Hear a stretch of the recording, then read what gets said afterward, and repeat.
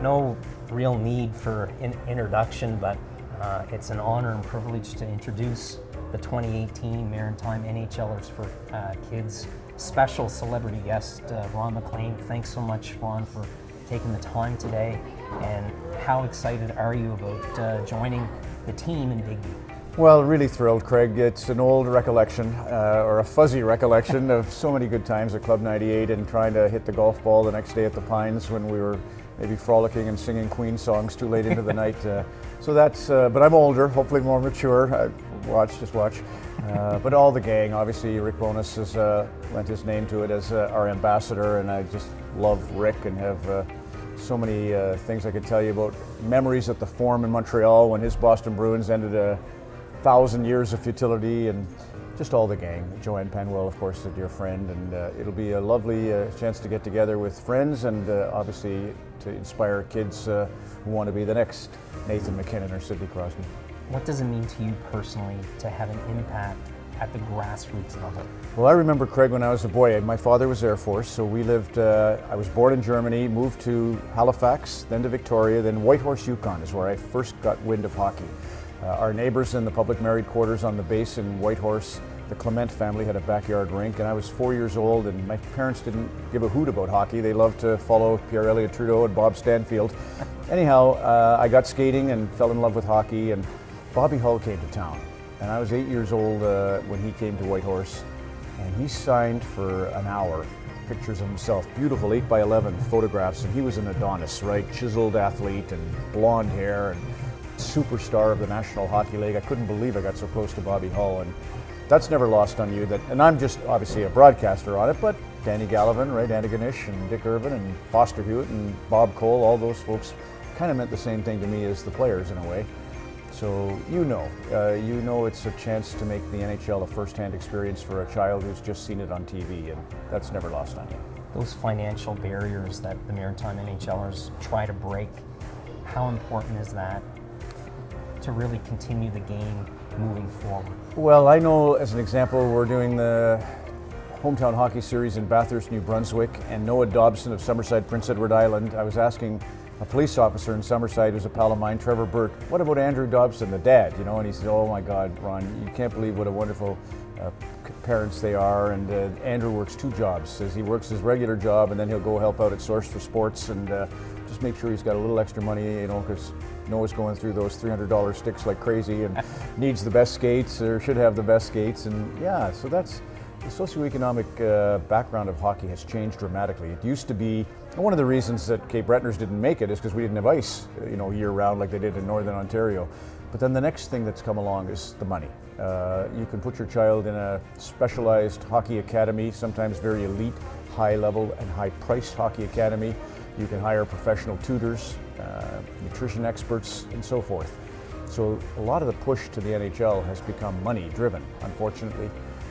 So for, you know, if you consider the Maritimes or my hometown of Red Deer, Alberta, maybe not in the bracket of, you know, big league money, that's an issue. And you can see, as an example, Noah Dobson's folks just making sure that they do whatever they can to help support the dream, and that's okay, and that's great.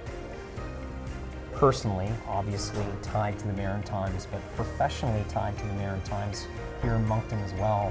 Your first NHL training camp as a reporter. Yeah. Some fond memories. Oh God, Charlie Bourgeois was the honorary ambassador of that training camp because he's from Shediac, and Charlie was great. I just remember all the scenes. We had our first evening we arrived, there was a big spread put on by the 6 owners of the Golden Flames, they were called at the time of the American Hockey League, and there was, for the first time in my life, I saw champagne bottles in ice next to lobster claws, and I couldn't believe what I was seeing. And I just remember at that get-together with Lanny McDonald over there and Doug Riseborough over there, and I was I'd been smitten a little bit looking at how strong the guys were. Steve Tambellini, Richard Crom, I remember they were really strong physically, Kerry Wilson.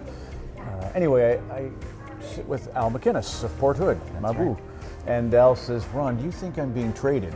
And I thought, you've got to be kidding me, Al. You're like one of the greatest players in the history of hockey, and you're worried about getting traded. And I just remember Glenn Hall was there. He was the goalie instructor and coach for the Calgary Flames, and his job was to pick out the backup goalie that year. And I'm a kid from all over Canada in the Air Force, I'm Air Force brat, and I'm sitting with Glenn freaking Hall. Yeah, it was a great memory of Moncton and the Coliseum and Ziggy's Bar and going out to Shediac for a big lobster feast. Yeah, special time. Special times, obviously, here in the Maritimes with so many past and present players and coaches having such a big impact on the NHL, hockey's highest level. It's incredible, really. Obviously, there were players who did bits and parts, whether it was Norm Ferguson out of Cape Breton or Danny Grant. Forbes Kennedy, I've told you, is obviously one of the first heroes because he made it against such long odds to get out of Dorchester, where he was born, into Prince Edward Island, and to go from the island in those days it just did not seem possible. But he did it and had he broke in with Dick Irvin Sr. in Chicago. It must have been unbelievable. And then, the current stars are superstars, whether it's Brad Richards to win the Conn Smythe as he did, Al McInnes to lead the Calgary Flames attack. Sorry, this is how I'm going to sound in Digby. And Crosby and McKinnon out of Cole Harbour, that you just can't write that stuff. So, and then the other thing I often think about is Doug MacLean shares my birthday, ironically, April 12th. He's born, I think, a year before me. But Doug's on TV every night pontificating, and it's right through the whole system now, the Maritimes, its contribution to the NHL and to hockey. Maybe looking ahead to Digby, so many stories and maritime stories, but some tremendous athletes. Joe Saulnier, Blair Turnbull, yes. Heather Moyse.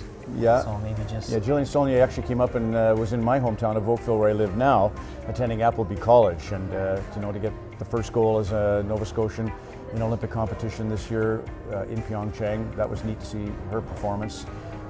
You're right, the depth is there, that's the other thing. And even when I go back to when we first would go down to Digby, Paul Boudelier and Fabian Joseph and a lot of names that you don't really know. Fabian played in the Olympic Games, of course. But they were starting to craft, Charlie Bourgeois was starting to craft these little hockey schools, much less formal than some of the big hockey academies exist today. But they were teaching. Alan Anders in Prince Edward Island did an incredible job with first Brad Richards and then Sidney Crosby. So the love of the game drove that. Everybody here at every rink you walk into, I mentioned a police officer, Trevor Burton Summerside. He works with the Islanders now, the Q, and he just loves it. We were there in Charlottetown when Nathan McKinnon played his first game for the Halifax Mooseheads, and his folks walked in, Graham and Kathy, and I just remember how lovely they were. And even in the Stanley Cup, Craig, we were in Nashville last year for the Pittsburgh-Nashville series, and it would be Don Cherry and me at every morning skate and every practice, and often on off days, practices, we were the only two in the rink because most of the guys would go golfing.